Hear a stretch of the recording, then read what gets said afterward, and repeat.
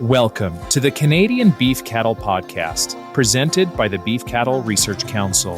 The most popular content from beefresearch.ca, available on the go.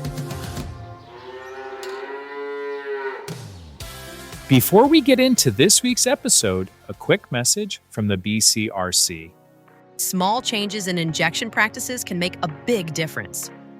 Following beef cattle injection best practices helps protect animal health and welfare, ensures products work as intended, and reduces costly injection site lesions that impact carcass quality. Explore the Beef Cattle Research Council injection resources for practical guidance to improve outcomes on your operation. Find these resources and more linked in the show notes. This episode is titled, You Spoke, We Listened. Producers set the research agenda and features the BCRC's Science Director, Dr. Reynold Bergen. Hi there, I'm Reynold. This Research on the Record article originally appeared in the August 2026 issue of Canadian Cattleman magazine, and it's been reposted on the beefresearch.ca site with the publisher's permission. Now, you pay the Canadian Beef Cattle Checkoff whenever you sell cattle, and that is what pays for the research and communication work that we do at the Beef Cattle Research Council, or the BCRC. It's really important that we understand what specific challenges you face as a producer so that we invest in the right solutions. Last summer, we encouraged producers to participate in an online beef research survey that we conducted to help us develop a clear set of priorities to guide research funding decisions over the next 5 years. Thanks for responding and for helping us with that. And here are some of the highlights of what you told us. What we did was we had this survey open from June through August of last summer and fall. We asked you to rate a number of different research priorities as extremely important, very important, moderately important, slightly important, or not important in the areas of nutrition and production efficiency, forage and grassland productivity, environmental sustainability, animal health and welfare, beef quality, and food safety.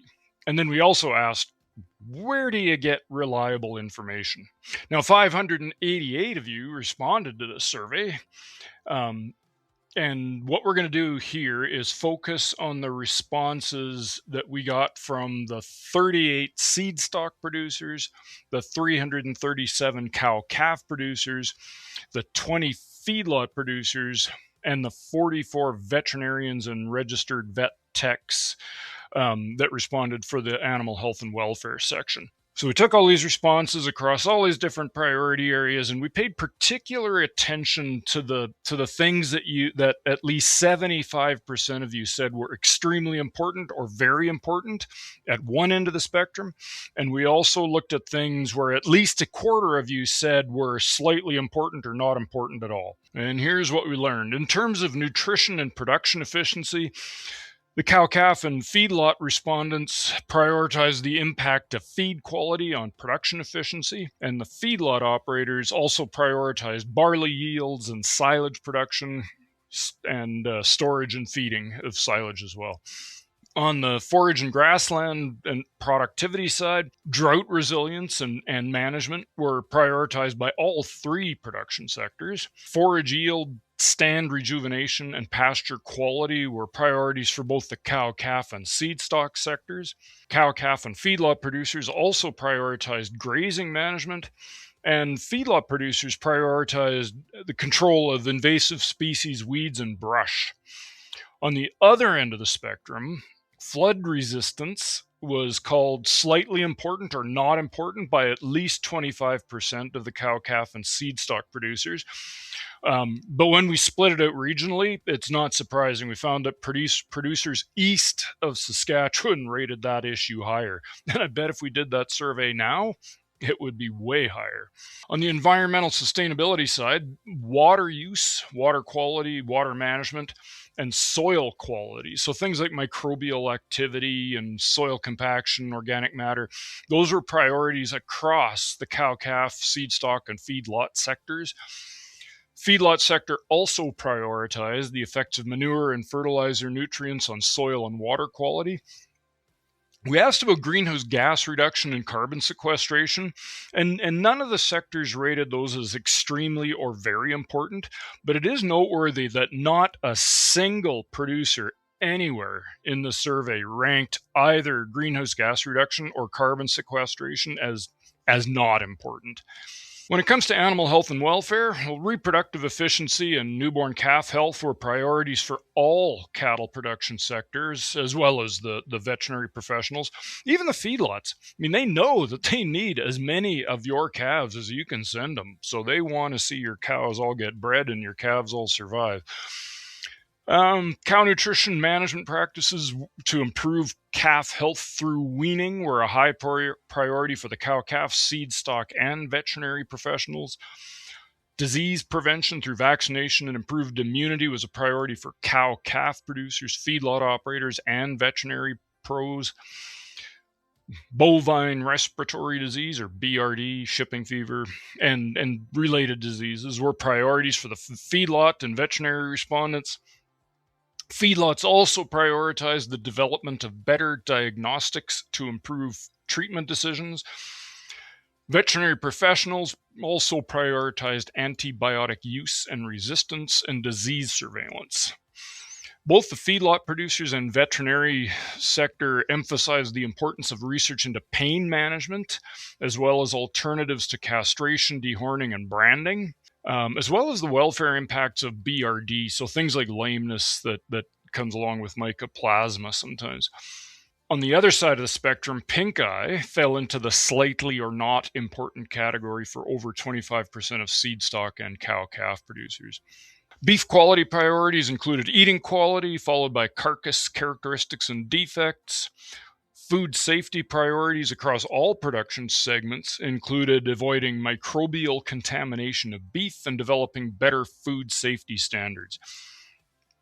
When we asked you where you get your information, 39% of you said you talk to a veterinary professional at least once a month. Over half of you get information from blogs and social media other than the BCRC.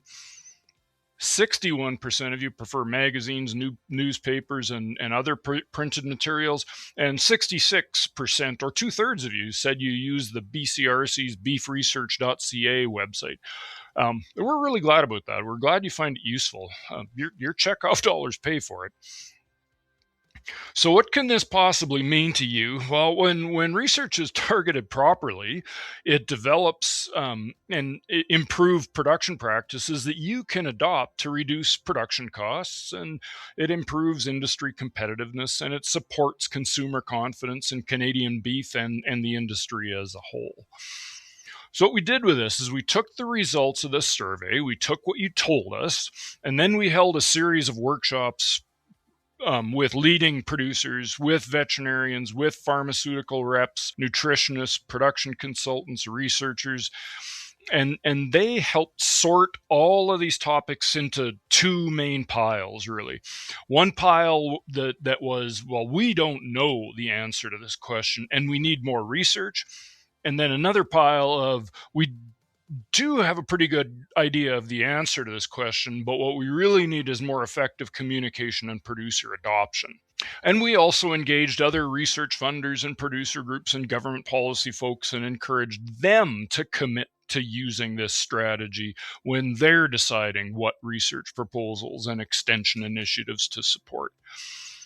Well, there's a lot of different beef research funding agencies across Canada. We're just one of them. And a poor understanding or a poor appreciation of producer needs can result in a lot of wasted time and a lot of wasted effort, a lot of wasted money. So by gaining producer feedback like we did with this survey, it helps us to ensure that your industry groups like us at the BCRC or your provincial cattle organization invest your national and provincial checkoff dollars more strategically and effectively. And at the same time, it also helps to ensure that the federal and provincial government funders invest our tax dollars more strategically effectively. And as funders, if we all work together, we can develop the right solutions to the biggest challenges that you're facing. If you want to read more, the full results of this survey are available in the 5-year Canadian Beef Research and Knowledge Mobilization Strategy, and that's posted on our website at beefresearch.ca/strategy. Thanks for listening. I'll talk to you next time. Thank you for listening to this week's episode. You can find all relevant links and information at beefresearch.ca or in the show notes. The Beef Cattle Research Council is funded by the Canadian Beef Cattle Checkoff and strives for excellence in the production of Canadian beef, cattle, and forage through research, innovation, and extension. Tune in every Tuesday as the Canadian Beef Cattle Podcast delivers straightforward insights, expert information, and a wealth of practical knowledge for Canadian beef producers. Subscribe now